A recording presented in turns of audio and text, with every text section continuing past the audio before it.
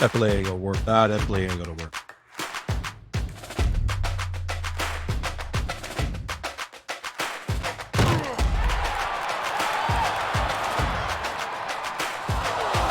Nah, hell. Oh, I like this. Yeah. This is very good. Love it.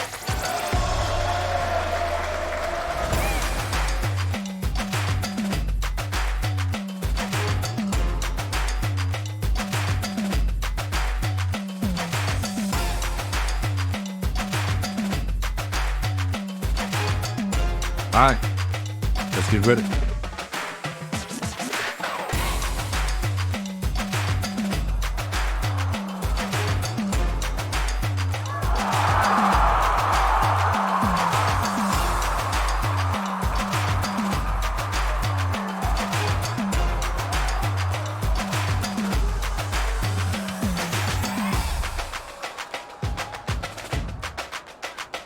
All right, let's get ready.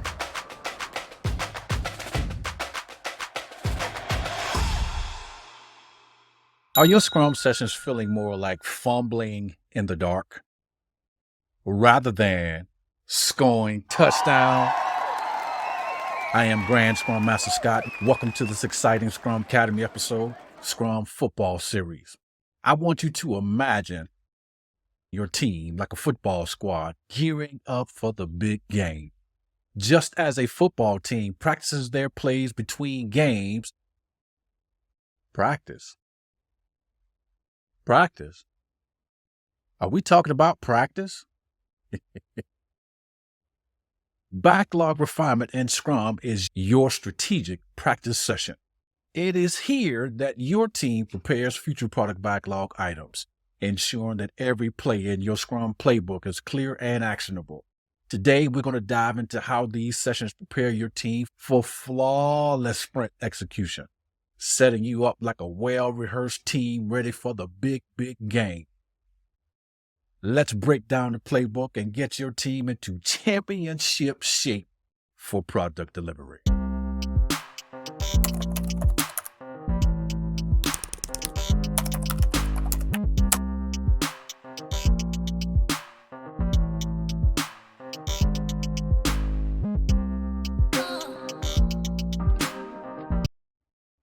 Welcome back, Agile enthusiasts.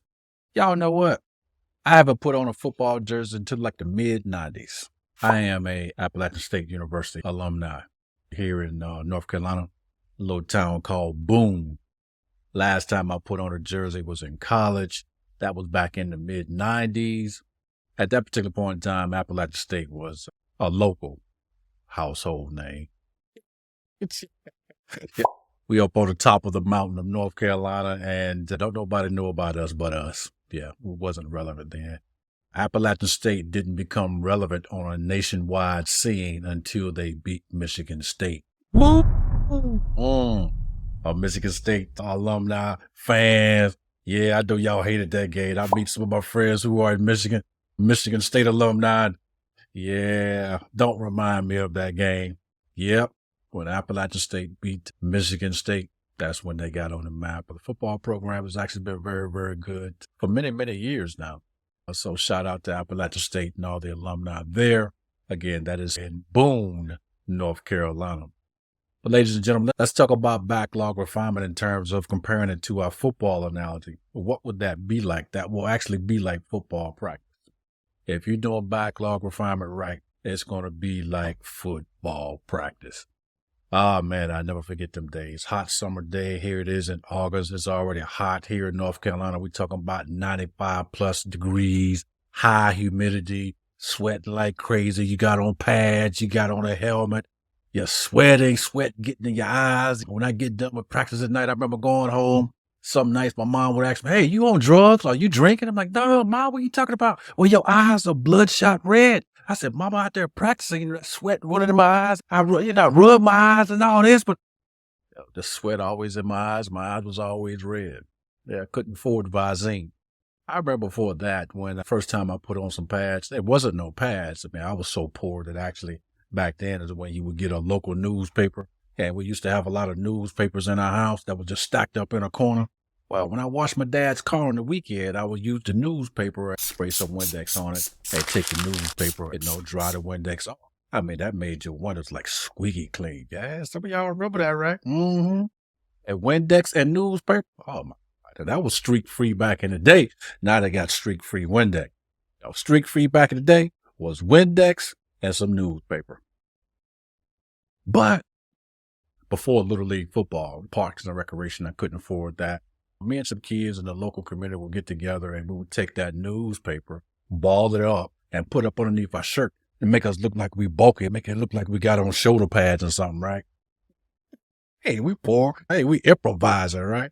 We little kids, so it's not like we gonna be running up against a junior high or a high school person. No, we just kids trying to have fun, just having a beautiful time in the park. Oh man, those wonderful memories. But let's talk about understanding backlog refinement.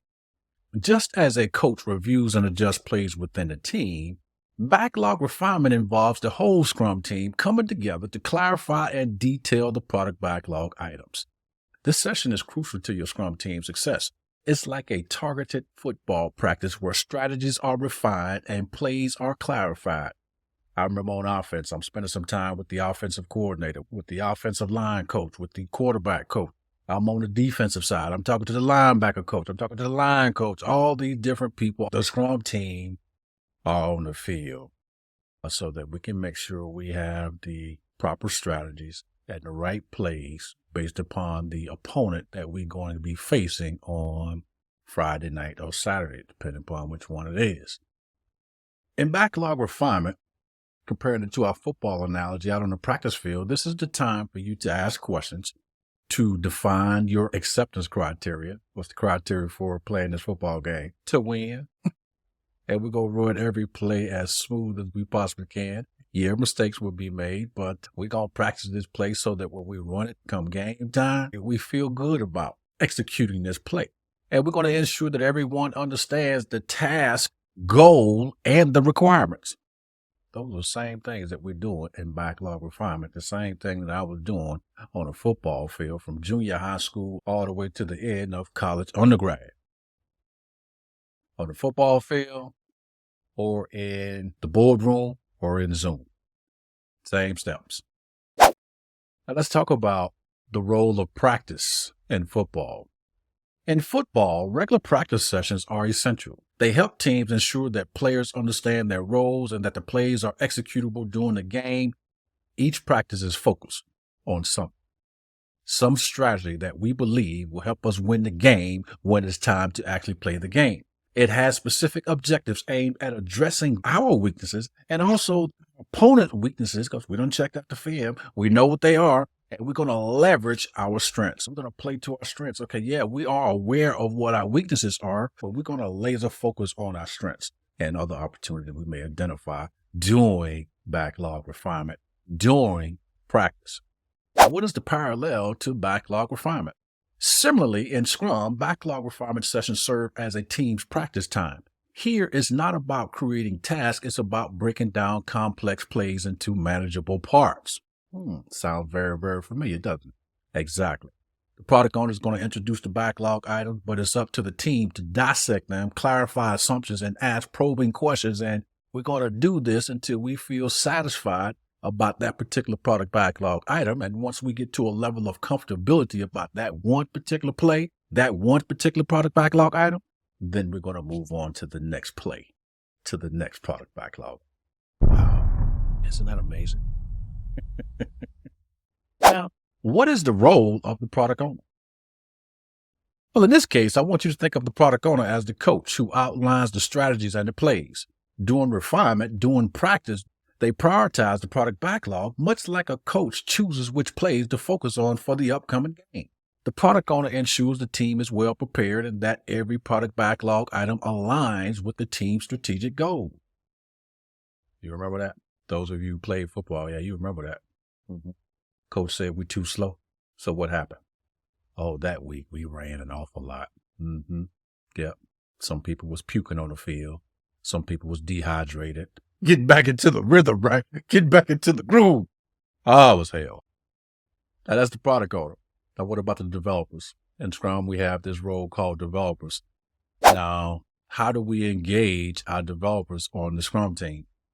Well, developers in Scrum, much like the players on the field, need to be actively involved in these sessions.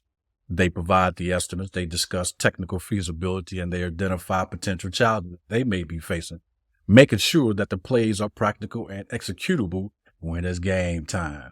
Remember, we had backlog refinement. That means we're getting ready for the next sprint, not this sprint. The next sprint, we're getting ready for the next game. Very nice. Let me give you 3 techniques for effective refinement. The first thing I like to do is to clarify user stories. Product owner, which user stories are you planning for us to run next sprint, next game? Just as coaches use drills to clarify plays, use examples and acceptance criteria to make user stories transparent. Number 2, estimation. Like measuring a player's performance stats, use estimation techniques to gauge the effort needed for tasks. Wow. Are y'all beginning to see the correlations? There are many correlations. How does that look in your environment? And number 3, let's talk about adjusting the backlog. Once we come up with a game plan, once we come up with a strategy, once we do refinement, it's not the end.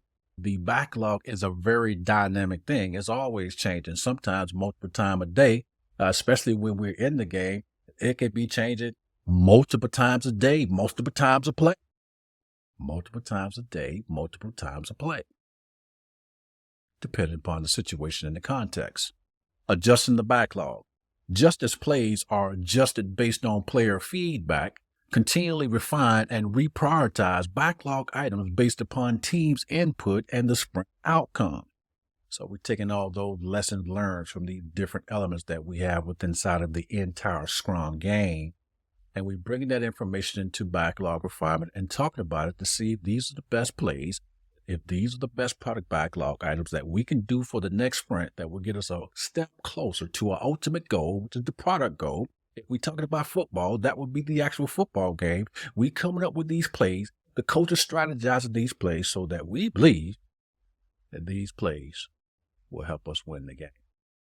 We properly execute these plays, we should have a W at the end when the time box runs out. Very nice. Now, we talked about engaging the product owner. Talk about the role of the product owner. We talked about the role of the developers and backlog refinement. Apply these strategies and also run that play. Let's talk about engaging the whole team. Every player on the football team must understand their role and play. Similarly, every team member must engage in backlog refinement.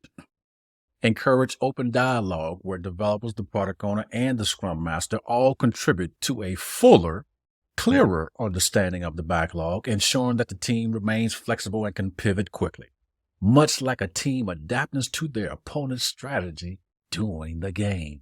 Isn't that beautiful? Y'all ever thought about it that way before? Yeah. Football and Scrum. My football players, my football fans. Leave us some comments in the chat what you think about this episode. Woo! I'm so glad practice over. What about you? Luckily, we had our time box, right? Mm-hmm. Well, hey, y'all had a great workout today. Make sure you go get you some Gatorade over at the cooler. Make sure you get you some electrolytes. Make sure you drink plenty of water before practice tomorrow. And we'll do it again. Have you ever noticed?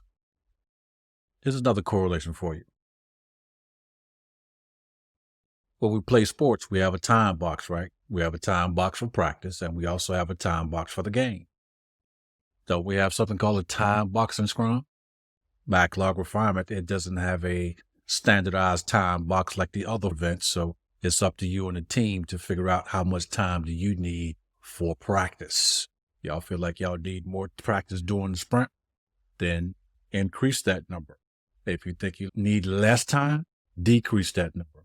Now, I like the 2017 Scrum guide because it gives you a guide in terms of running your backlog refinement. In the 2020 Scrum guide, there's only 2 sentences about backlog refinement.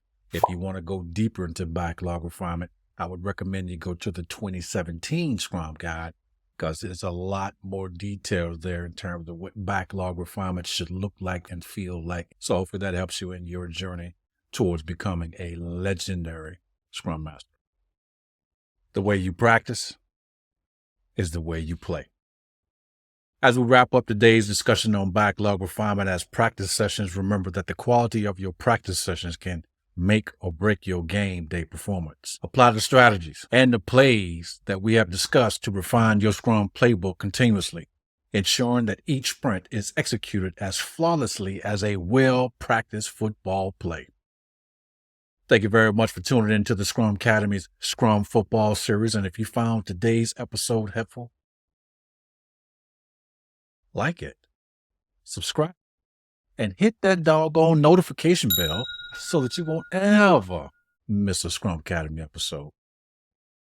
Dive deeper into Scrum, stay agile, and prepare your team for success with effective backlog refinement. I also want you to remember, did you read your Scrum guide today? Or listen to it? Well, you're going to know exactly what I'm saying. Now, remember, backlog refinement is an optional event if we're talking about Scrum. However, I've never been on a Scrum team where we didn't make a case that we can get some benefit out of using backlog refinement. Let me put it to you another way.